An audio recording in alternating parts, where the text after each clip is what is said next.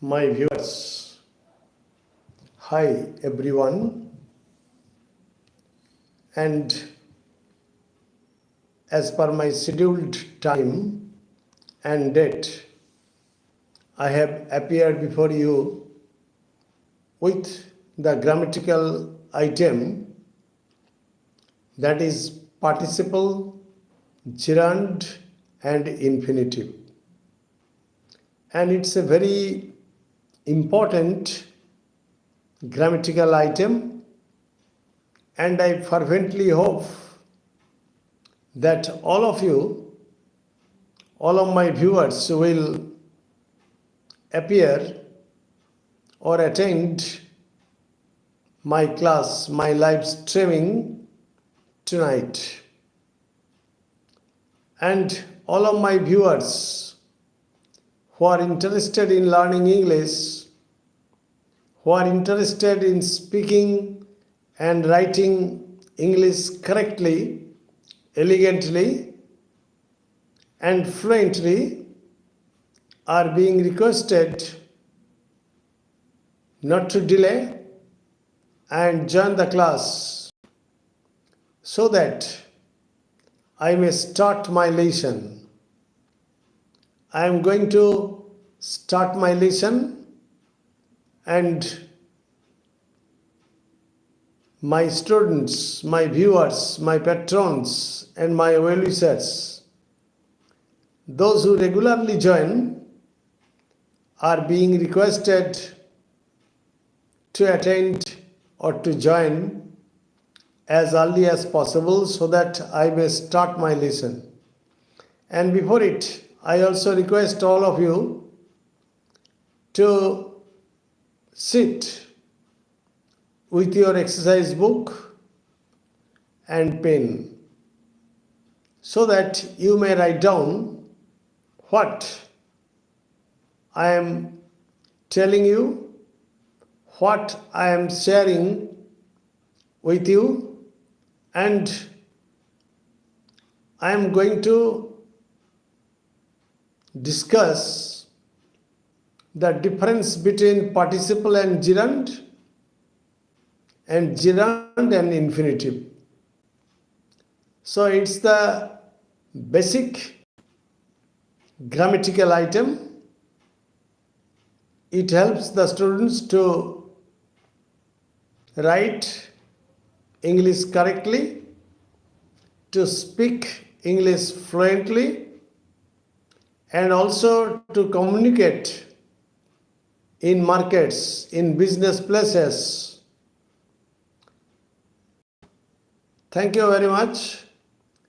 Those who have already joined are being requested to tell your friends to join as early as possible because it is already late, but I was punctual.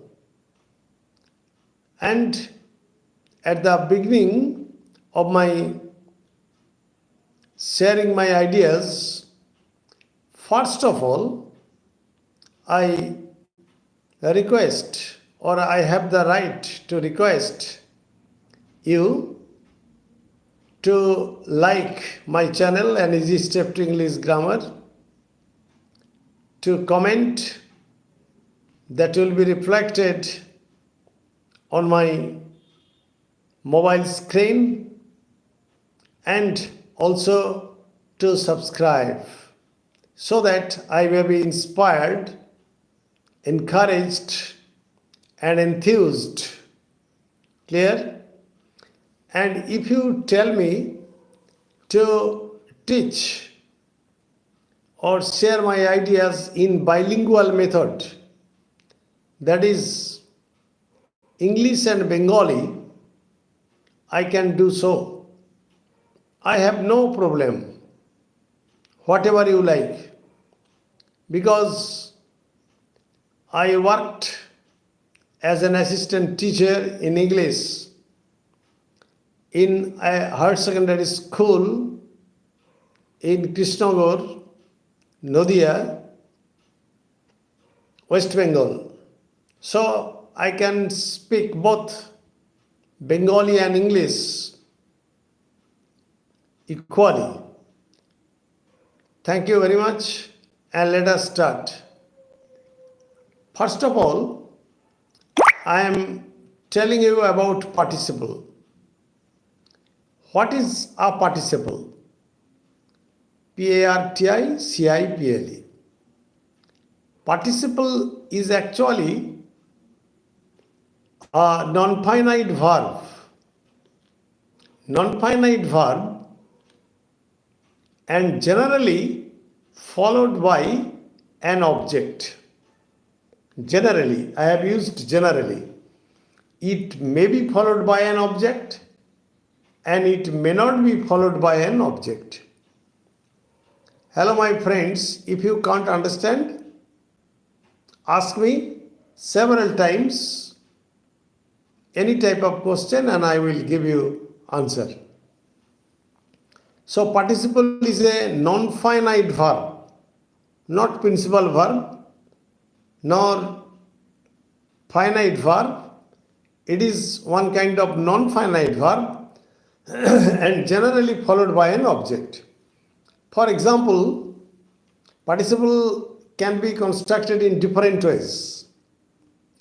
For example, taking a cup of tea with my father, I went to my private tutor's house to study English.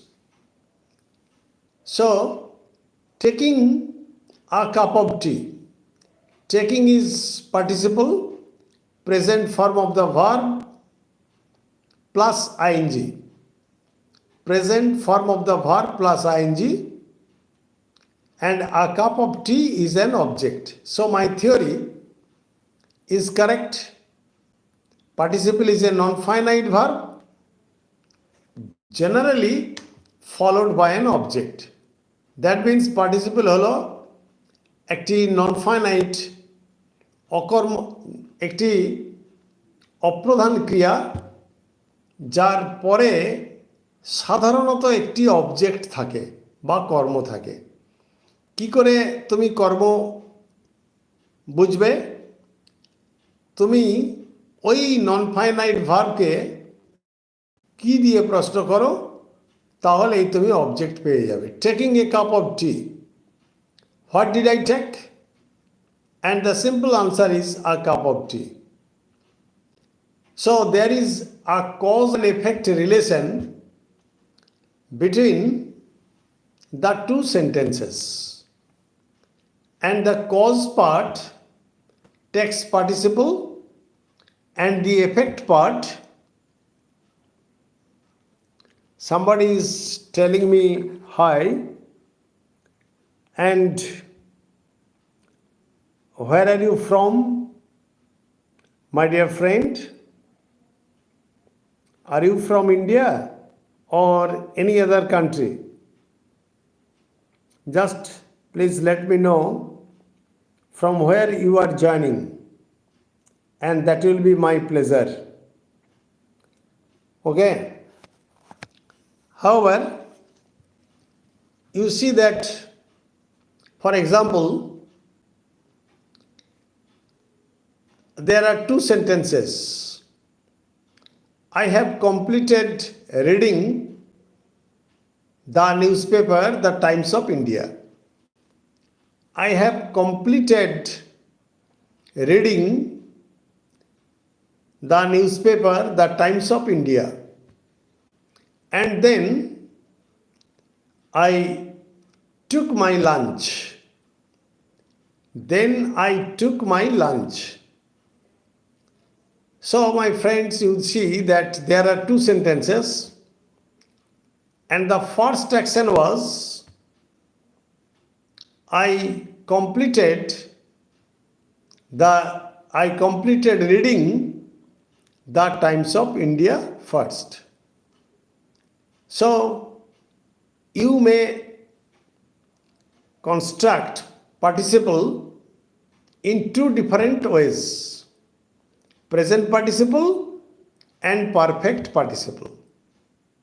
For example, having taken or having completed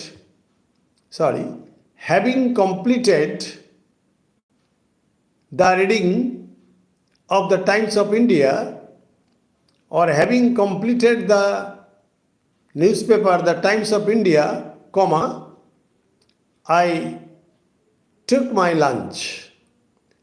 There is only finite verb, that is took. Took my lunch. And having completed the reading of the newspaper, the Times of India, this portion is perfect participle, having. And if you use present participle, you will have to write, or you will have to tell somebody,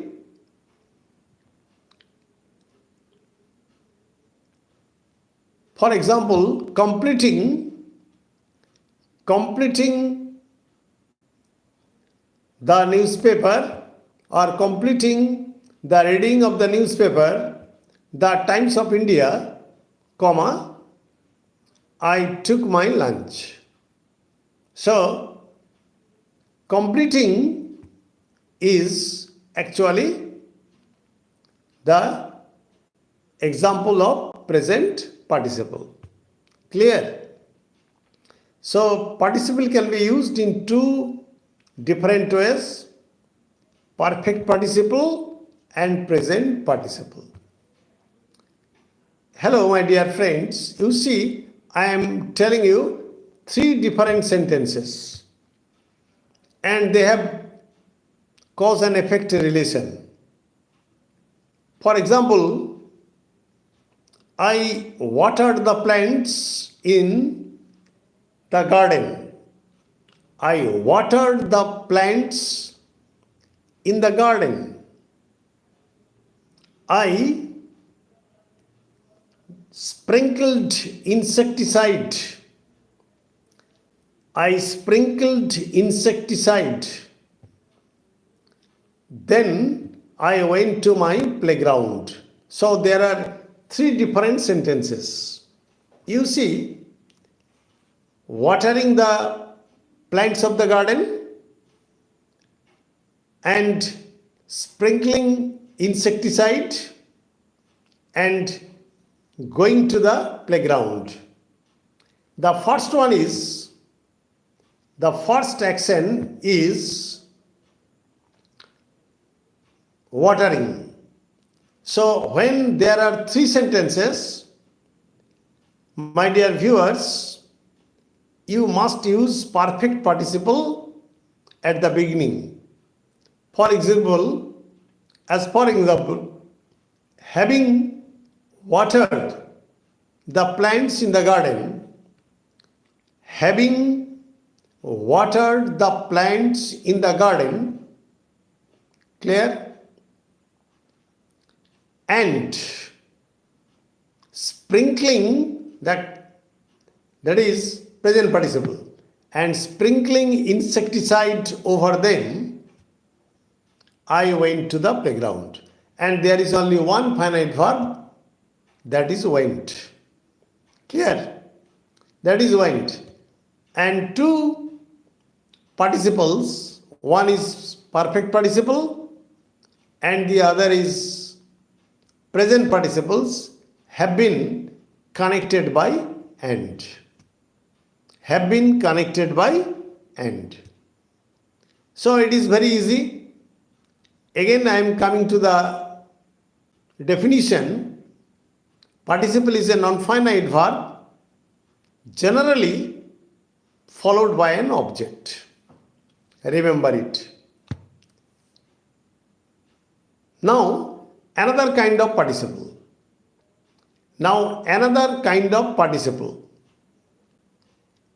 kind of participle, you see that here there is only be verb. There is only be verb. There is no other verb. For example, the travelers were very much tired of walking. The travelers were very much tired of walking. They sat down under a banyan tree for rest. They sat down under a banyan tree for rest. Hi viewers, you see here the first action is the travelers were very much tired. So when you are using participle, you will have to write being very much tired of walking, being very much tired of walking, the travelers sat down under a banyan tree for rest. Here there is only be verb. And if you want to use perfect participle, you will have to write having been very much tired of walking, having been. Be was been. Just follow me. Having been very much tired of walking, the travelers sat down under a banyan tree for rest. Clear? Another example I am citing. For example, the farmers were very happy to produce good crops. The farmers were very happy to produce good crops. So they have started enjoying by arranging for a picnic. Clear? So there are two actions. The travelers are very much happy. So being very much happy to produce good crops, I am teaching in a very slow motion so that you may grasp the matter. It may enter your brain and you can remember it. The farmers, for example, being very much happy to produce good food grains, the farmers have arranged for a picnic. Have arranged for a picnic. Clear? When you feel that being or having been can be omitted, you can do so. For example, just for example, being too much fatigued, being too much fatigued, or having been too much fatigued, the student slept. The student slept in his study. You may omit both being or having been. Clear? Being and having been both can be omitted.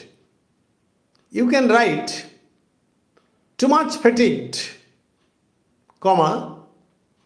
the student slept.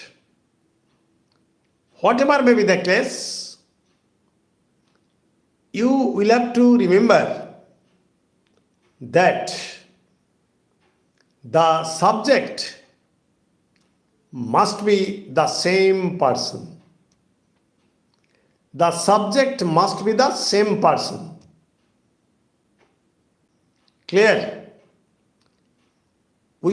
Otherwise, you cannot use participle.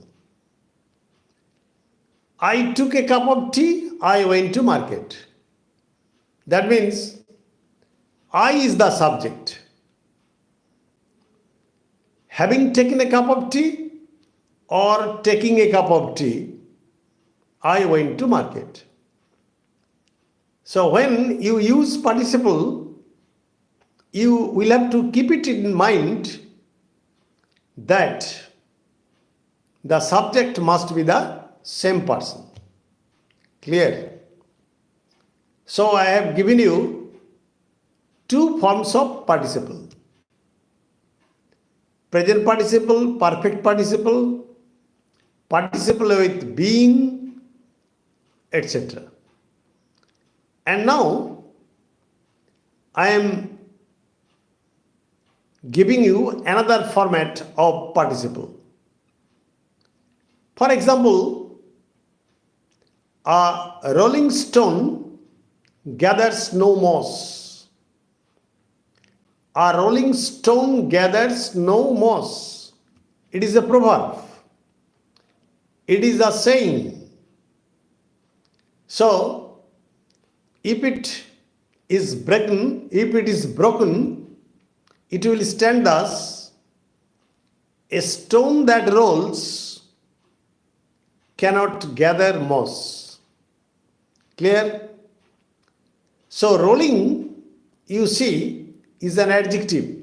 How is the stone? Rolling. So rolling, roll plus ing, that is the present form of the verb plus ing, has been used as the participle. And at this time, it is called a participial adjective.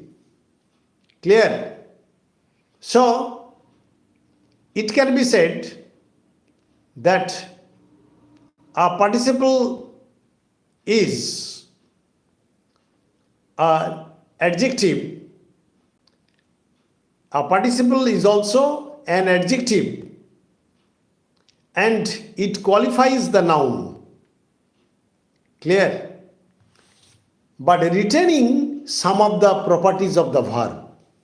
So verbal adjective, rather you may say that a participle is a verbal adjective. Clear? Another example, a barking dog seldom bites. A barking dog seldom bites. যে কুকুর ঘেউ ঘেউ করে সে কচ্ছিত কাউকে কামড়ায়। কেমন? And you see that barking here is acting as an adjective. Barking is actually acting